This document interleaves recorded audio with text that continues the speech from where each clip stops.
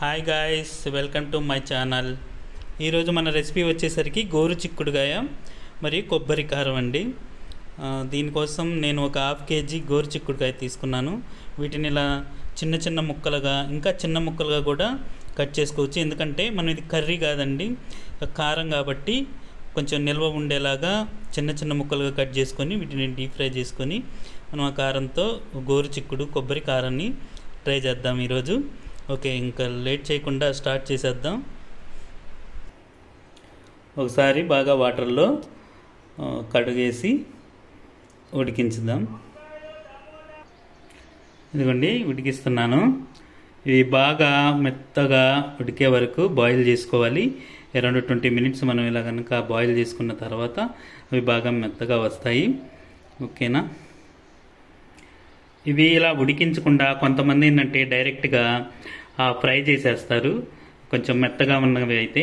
అలా కూడా చేసుకోవచ్చు, కానీ ఇలా బాయిల్ చేసుకుంటే ఏంటంటే మనకి తినేటప్పుడైనా, అన్నంలోనైనా, చపాతీలోనైనా కొంచెం పంట కింద పడి మంచి టేస్ట్ వస్తుంది. అందుకని నేను బాయిల్ చేస్తున్నాను.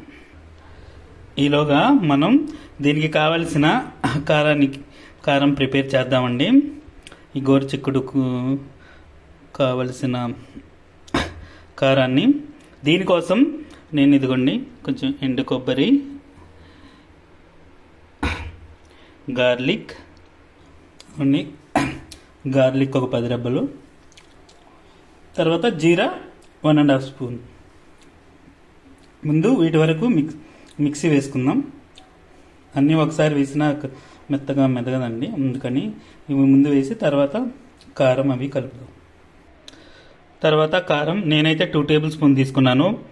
అంటే కారం అనేది అది ఇంకా మీ ఇష్టం అండి, మీ చాయిస్. మీరు తినేదాన్ని బట్టి యూజ్ చేసుకోవచ్చు. కారం కొంచెం ఎక్కువగా ఉంటేనే స్పైసీగా బాగుంటుంది ఫ్రై కూడా.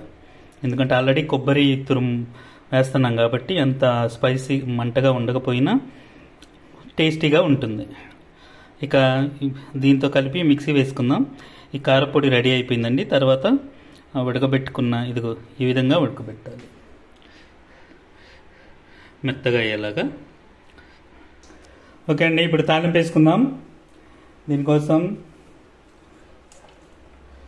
ఒక 2 పచ్చిమిరపకాయలు, 3 ఎండుమిరపకాయలు,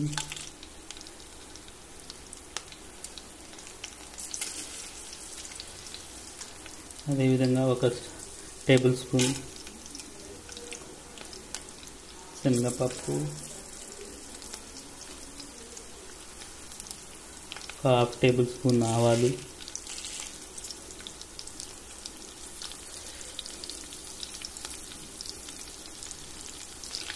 లో ఫ్లేమ్లో దోరగా వేయించుకొని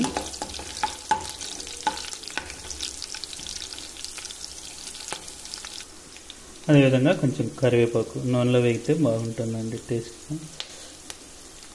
తర్వాత తరిగి పెట్టుకున్న ఆనియన్స్, నేను 2 మీడియం సైజ్ ఆనియన్స్ తీసుకున్నాను. వీటిని బాగా లో ఫ్లేమ్లో పెట్టుకొని ఫ్రైలాగా చేసుకోవాలి. అంతేనండి, ఒక 50% అది ఫ్రై అయిన తర్వాత ఇంకా మనం ఉడికించి పెట్టుకున్న గోరు చిక్కుడుకాయని కూడా వేసేసి కళాయి పెట్టుకొని ఒక 10 మినిట్స్ ఫ్రై అయ్యేలాగా ఆగాలి. ఇంకోండి ఇలా బాగా డీప్ ఫ్రై అయ్యే వరకు వేయించుకోవాలి. ఇక తర్వాత మనం ఇందాక ఆల్రెడీ కారం మిక్సీ పెట్టున్నాం కదండి, ఆ మిక్సీలో పట్టిన కారాన్ని వేసేసి ఒక 2-3 మినిట్స్ ఈ కారాన్ని మిక్స్ చేస్తున్నాను. ఇవన్నీ కారం బాగా చిక్కుడుకాయలుగా పట్టే వరకు ఇది చేసుకొని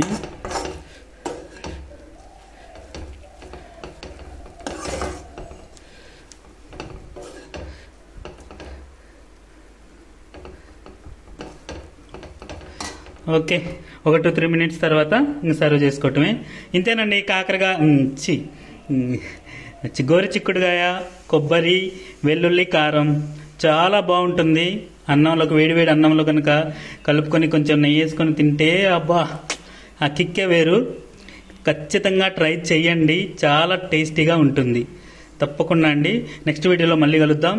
అంతవరకు బై బాయ్, టేక్ కేర్.